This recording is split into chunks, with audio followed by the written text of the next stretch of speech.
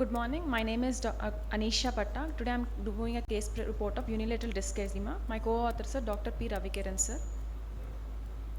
A 47-year-old female patient came to ophthalmology OPD with the chief complaint of diminution of vision in left eye since 1 month.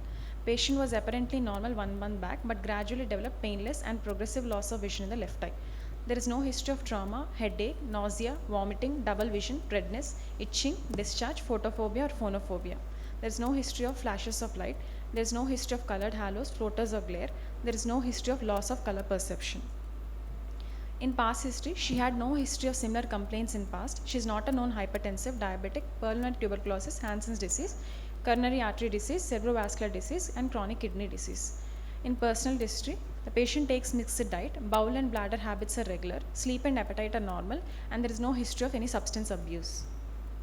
On general examination, patient is conscious, coherent and cooperative. She is moderately built and nourished. There are no signs of pallor, icterus, cyanosis, clubbing, lymphadenopathy or pedal edema. Her vitals were stable. On systemic examination, CVS S1, S2 heard. Per abdomen soft, no organomegaly seen. Respiratory system, normal vesicular breath sounds heard. On CNS examination, there is no focal neurological deficits and spine is normal.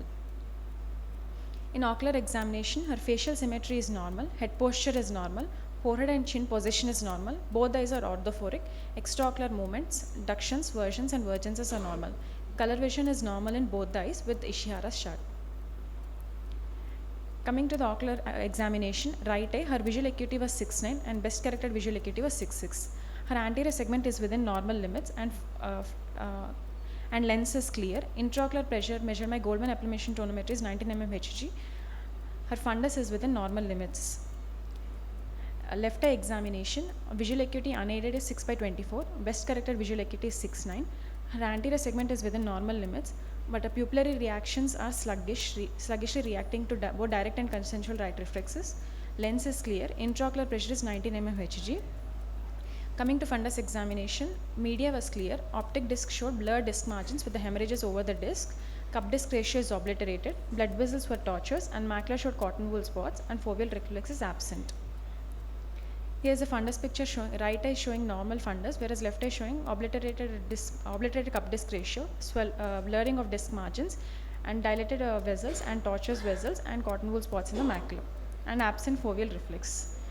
OCT optic disc showed right eye optic disc OCT was normal, whereas left eye showed increased retinal nerve fiber layer thickening. Fundus fluorescent angiography. Right eye was normal, left eye showed dilated peripapillary vessels with the late leakage. There was no background choroiditis and no sectoral disc non-perfusion. MRI brain showed mild impingement of the optic nerve by the anterior cerebral artery. Visual field charting with Humphreys field analyzer revealed left temporal visual field defects. Optic coherence tomography revealed increased retinal nerve fiber thickening. Fundus fluorescent angiography showed no sectoral optic disc non-perfusion and there is no evidence of any background choroiditis but showed dilated peripapillary vessels with the late leakage. MRI brain showed mild impingement of the optic nerve with the anterior cerebral artery.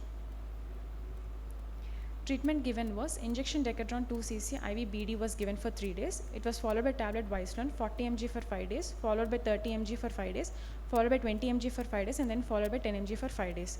She was also put on tablet OMS 20 mg for 20 days. The patient was then referred to a neurosurgeon who advised observation under steroid medication and digital subtraction angiography in case there is deterioration or there is no improvement in her condition.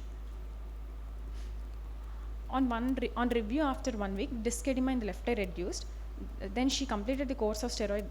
After completing the course of steroids, she was put on tablet Neurokind and asked to come for follow-up after 1 month. In conclusion, compressive optic neuropathy can be caused by intrinsic and extrinsic compression anywhere along the optic nerve. The most common sign is progressive monocular vision loss. Early diagnosis and prompt treatment can prevent the permanent vision loss. Here are my references. Thank you. Thank you, Dr. Anisha. So why you call it unilateral disc edema? If it is bilateral, do we call it disc edema or something else? We call it papilledema.